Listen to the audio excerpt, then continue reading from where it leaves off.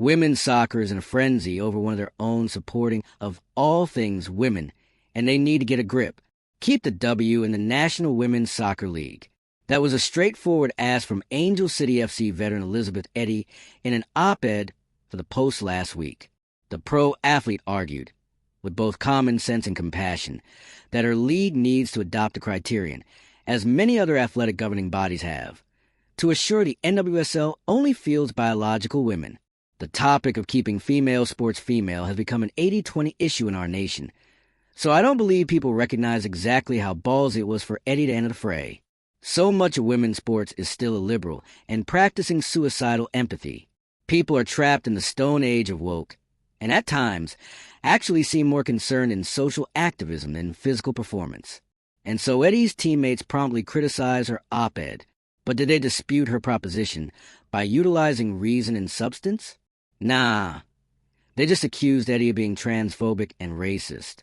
Angel City captain Sarah Gordon and Angelina Anderson both addressed the item in a press conference, and the team's X account published the footage from that posting. Our captain spoke with courage and clarity.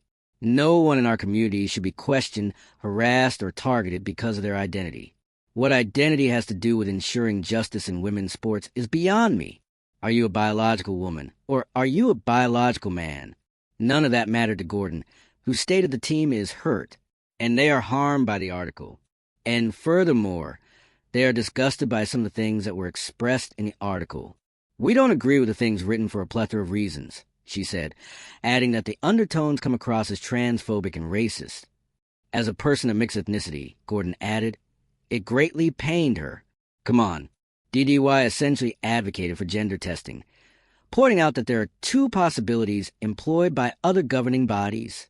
Both Eddy and the Post were accused of racism since the report included a photo of Barbara Bonda, who currently plays for the NWSL's Orlando Pride.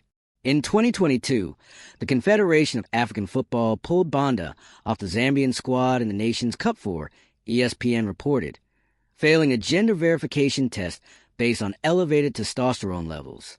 The move led to more questions than answers, though Eddy's op-ed never specifically cited the Zambian's name. She suggests that gender testing may shut down such doubts and deliver a decisive verdict in confusing circumstances like Banda's. Players have been excluded and then unexcluded.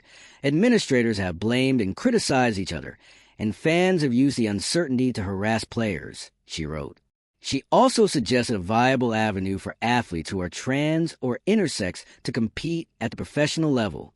Anyone who takes the time to read the Post might tell that Eddy is not very adept at being a bigot. Fairness and inclusion are core American values, she wrote.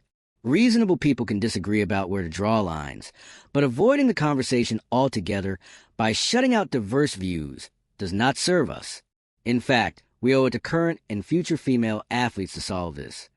But Eddy's teammates have proved that sentiments, not facts, prevail in their universe, and that there is no opportunity for debate or conversations regarding third-rail matters that are, at their core, existential to women's sports.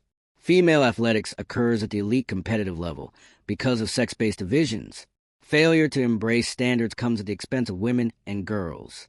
Ironically, Anderson closed her denunciation of Eddy's work by referencing the club's uncompromising adherence to tolerance. When I think of LA and I think of Angel City, I think of a place that was founded upon inclusivity and love for all people, she remarked.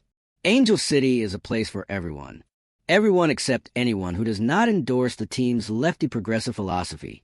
By their definition, inclusion does not accept any divergent perspectives, no matter how mainstream. And worst of all, they are willing to put their teammate under the bus in a very public way. That's not an acceptance of variety.